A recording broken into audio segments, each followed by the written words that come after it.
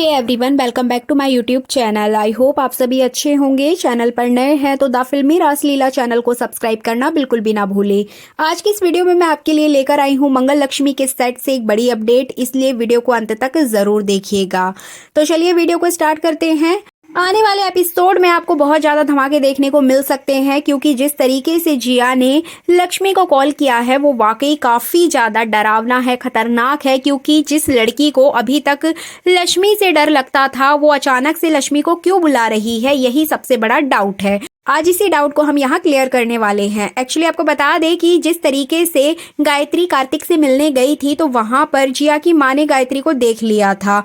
यहाँ तक कि वो गायत्री का पीछा करते हुए पुलिस स्टेशन भी पहुंच गई और वहां भी वो कार्तिक से मिलने के लिए जाने लगी। यहाँ तक कि गायत्री ने किसी दूसरी लेडी से अपने कपड़े एक्सचेंज कर लिए थे और वो कार्तिक से मिल ली। बट यहाँ पे जिया की माँ ने गायत्री को उसके असली अवतार में तो देख ही लिया था, ऑटो के अंदर बैठे हुए, जिसके बाद यहाँ पे उसका पूरा डाउट चला जाता है इसी बात पे कि गायत्री जिंदा है। और इसी वजह से वो तुरंत जिया को कॉल करके बता देती है कि मैंने जीती जागती गायत्री को देखा है। अब आपको बता दें कि अचानक से फायर अलार्म बजता है, जिसकी वजह से वहां अफरा तफरी मच जाती है और सब इधर उधर हो जाते हैं। बट यहाँ पे जो जिया की माँ है उसने तो गायत्री को देख ही लिया था। इवन वो कंफर्म करने के लिए कार्तिक से मिलने भी जा रही थी, बट नहीं मिल पाई। लेकिन उसके दिमाग में ये डाउट बैठ चुका है कि गायत्री जिंदा है। इसी वजह से जिया यहाँ पर लक्ष्मी को कॉल करती है। अब भले ही रघुवीर और लक्ष्मी ने मिलकर गायत्री को बचा लिया हो, लेकिन यहाँ पे जिया की माँ को ये चीज कंफर्म हो चुकी है कि गायत्री अभी जिंदा है। गायत्री की बेवकूफी की वजह से सारा प्लान अब चौपट होने वाला है। लेकिन यहाँ जिया भी कुछ कम नहीं है। जिया ने अपना दिमाग लगाते हुए लक्ष्मी को कॉल किया है और वो उससे क्या कहना चाहती है वो मैं आपको बताती हूँ। जिया का यहाँ पर सिर्फ और सिर्फ एक ही मकसद है, कार्तिक को पाना। अब वो चाहे उसे कैसे भी मिले। इसी वजह से जिया कार्तिक को पाने के लिए लक्ष्मी को कॉल करेगी। जी बिल्कुल, आपको बता दें कि जिया लक्ष्मी को कॉल करती है, जिसके बाद यहाँ पे लक्ष्मी बहुत ज़्यादा हैरान हो जाती है कि ये मुझे कॉल क्यों कर रही है। जिसके बाद वो कॉल पिक करती है और बात भी करती है। और जैसे कि आपने प्रोमो में देखा ही होगा, जिया लक्ष्मी को मिलने के लिए बुलाती है और वो भी अकेले। वो कहती है कि तुम्हारे साथ कोई नहीं आएगा, तुम अकेले आओगी और मुझे तुमसे बात करनी है। और ये केस वाला जो हम खेल खेल रहे हैं, इसे बहुत समय हो चुका है। हम कोई बीच का रास्ता ढूंढेंगे और कार्तिक को बेगुनाह साबित कर देंगे, जेल से रिहा कर देंगे। क्योंकि कार्तिक को मैं भी रिहा करना चाहती हूँ और तुम भी। तो इस तरीके से जिया लक्ष्मी से ये सारी बातें करते हुए नजर आएगी। लेकिन यहाँ रघुवीर लक्ष्मी को मना करेगा मिलने के लिए, क्योंकि उसको ऐसा लगता है कि जिया बहुत चालाक लड़की है और अगर वो लक्ष्मी को अकेले मिलने बुला रही है तो पक्का उसके साथ कुछ ना कुछ करेगी। इसी वजह से वो साफ मना कर देगा कि मैं तुम्हारा वकील होने के नाते तुम्हें यह एडवाइस कर रहा हूँ कि तुम वहां पर नहीं जाओगी और अकेले तो बिल्कुल नहीं जाओगी। जिया तुम्हारे साथ कुछ भी कर सकती है और अभी हमारे पास इतना समय भी नहीं है कि हम जल्दी से हाँ कर दे मिलने के लिए। अभी उससे थोड़ा टाइम मांगो, हम थोड़ा विचार विमर्श करते हैं, आपस में डिस्कशन करते हैं, उसके बाद ही तुम मिलने के लिए जाना। तो इस तरीके से रघुवीर लक्ष्मी को बहुत ज्यादा समझाते हुए नजर आएगा।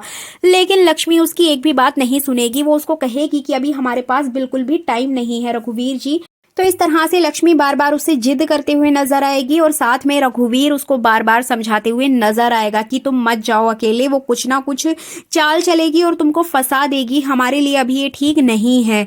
बट यहाँ गायत्री लक्ष्मी का सपोर्ट करते हुए उसको बोलेगी कि मुझे मेरे बेटे को बचाने के लिए जो भी करना होगा मैं करूंगी। और लक्ष्मी, तुम भी अपने पति को बचाने के लिए क्या इतना भी नहीं कर सकती हो। जिसके बाद लक्ष्मी उसको बोलेगी कि माँ मैं सब कुछ कर सकती हूँ और मैं जाऊंगी। तो यहाँ पे जो गायत्री है वो लक्ष्मी को जाने के लिए बोल देगी, क्योंकि गायत्री तो खुद एक सेल्फिश सास है और माँ भी है। तो इस तरीके से वो तो अपने बेटे को बचाना चाहती है, उसे नहीं मतलब कि लक्ष्मी जिए या मरे। बट रघुवीर गायत्री और लक्ष्मी की बात नहीं मानता है। लेकिन लक्ष्मी इतनी ज्यादा इमोशनल हो जाती है कि जिसके बाद रघुवीर उससे कहते हुए नजर आएगा कि लक्ष्मी तुम जाओगी, लेकिन तुम अकेले नहीं जाओगी, तुम्हारे साथ मैं भी जाऊंगा और मैं पीछे से तुम दोनों की हर एक एक्टिविटी पर नजर रखूंगा। अगर जिया थोड़ी सी भी चालाकी दिखाएगी तो मैं तुम्हें वहां बचा लूंगा। तो इस तरीके से रघुवीर एक अच्छे दोस्त का फर्ज निभाते हुए लक्ष्मी के साथ जाने के लिए रेडी हो जाता है। अब ये लोग जाने के लिए प्लानिंग करते हुए नजर आएंगे।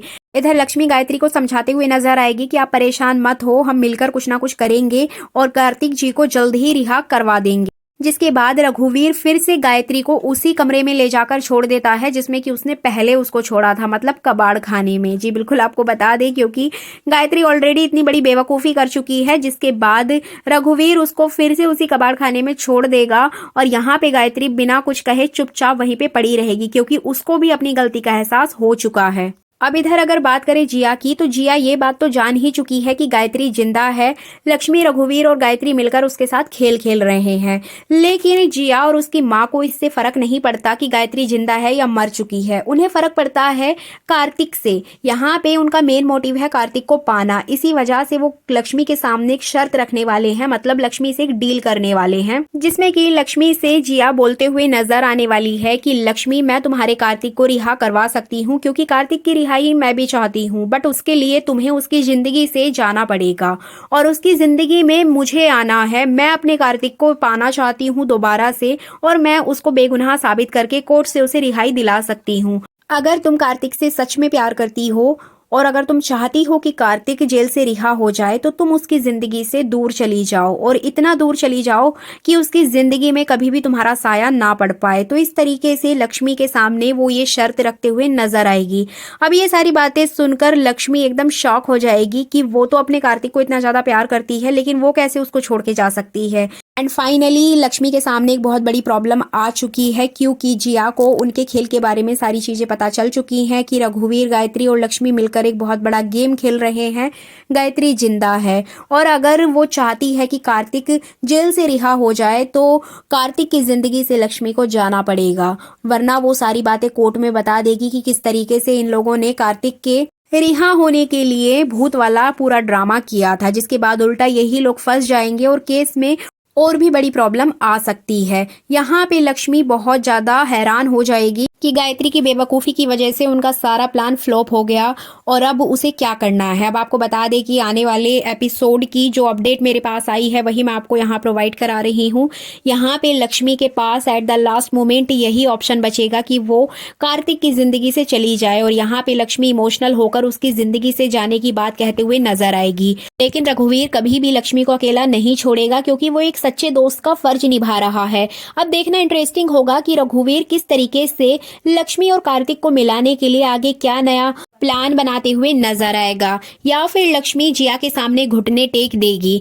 तो ये सब कुछ आपको आने वाले एपिसोड में ही देखने को मिलेगा। बट यहाँ पर मैं आपको ये चीज बता देती हूँ कि इस पूरे शो में इतना सारा ड्रामा दिखाया गया, जब लास्ट में ये चीज दिखानी ही थी कि जिया कार्तिक को पाने के लिए लक्ष्मी के सामने ये डील रखेगी, तो ये तो स्टार्टिंग में भी दिखाया जा सकता था क्योंकि ऑडियंस को भी पता है कि जिया ने ये सारा कुछ कार्तिक को पाने के लिए ही तो किया है। तो अब सोचने वाली बात है कि क्या मेकर्स को इतना सब कुछ ड्रामा रखने की जरूरत थी? ये चीज तो स्टार्टिंग में भी हो सकती थी, तो फिर इतना लंबा खींचा ही क्यों?